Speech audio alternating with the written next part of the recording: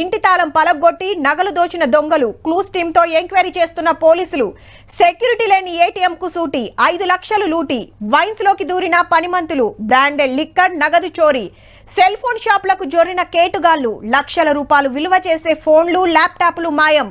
గుడిలో డ్యూటీకెక్కిన దొంగ భక్తులు. దేవుని నగలు అపహరణ. గిసంటి దొంగతనాలు మస్తుగా చూసిండ్రు.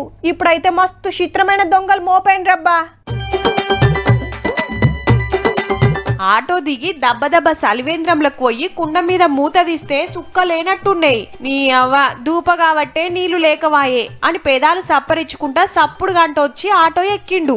హగ్గో మళ్ళొచ్చే.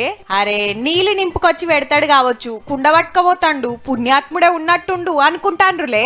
కాని మనోడు కుండెత్తుకొని పరార్. వరంగల్ జరిగింది గీ ఎరైటి దొంగతనం. హిగిటి చూడుర్రి.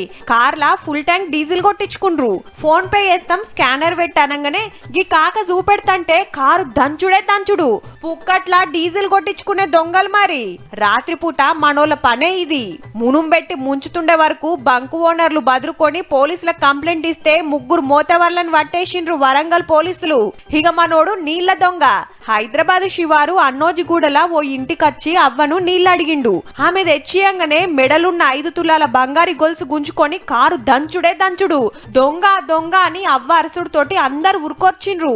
ఎంబటే పోలీసులకు ఫోన్ కొడితే అయ్యగారిని దొరకబట్టి కేసు పెట్టిండ్రిగా.